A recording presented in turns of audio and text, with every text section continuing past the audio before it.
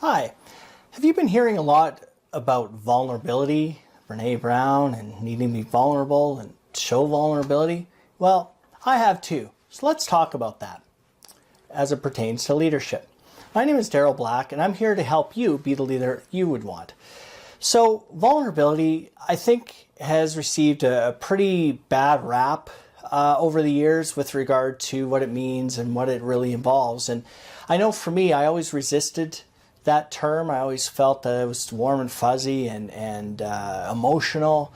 And vulnerability to me, at least previously, represented being weak, opening up deepest, darkest secrets, bawling in front of people.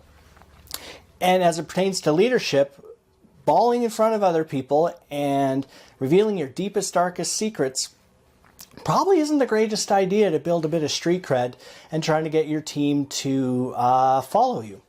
So let's talk about how important vulnerability is and why it's so important. Well, we have to recognize that a big part of our job as leaders, in fact, if not the biggest part of our job as leaders, is to create genuine connections with the individuals on our team. Notice I'm not saying with the team.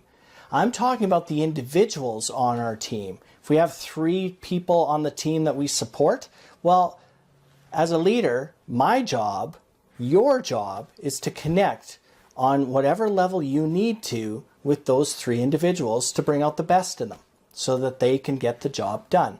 So vulnerability is extremely important because one of the things it does is it builds trust.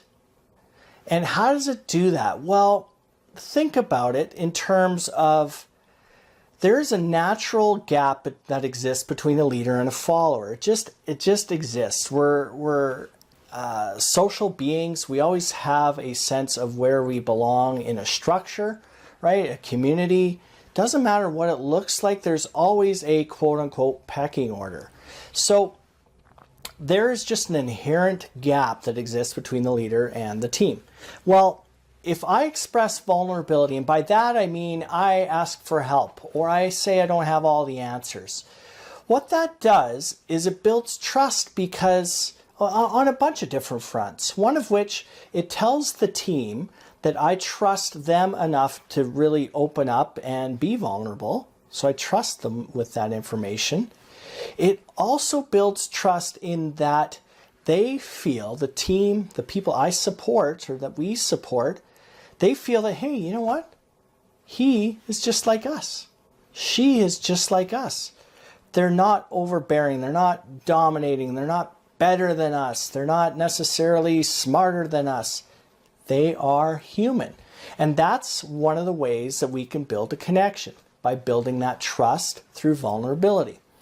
As well, it shows that I respect you enough that you will understand that it's okay for me to say, I'm having some trouble with this. I don't have the answers. I need help.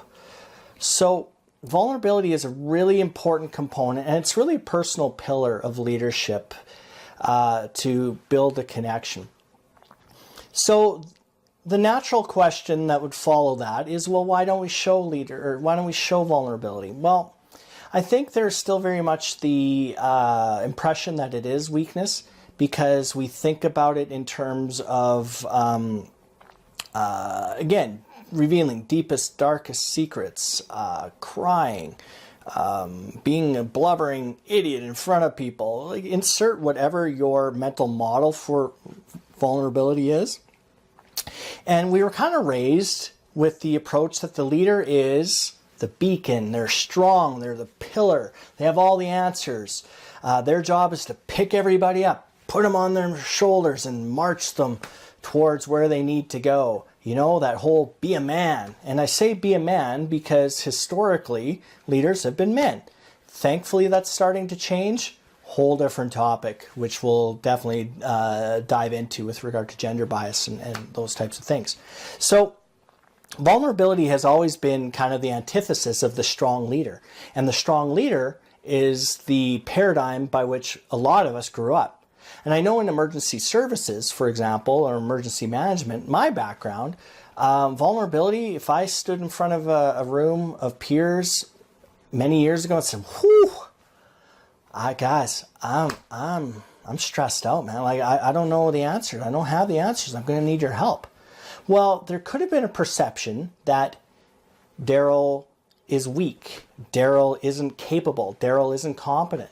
Well, thankfully, that is starting to change. And that's part of the reason for us talking about this.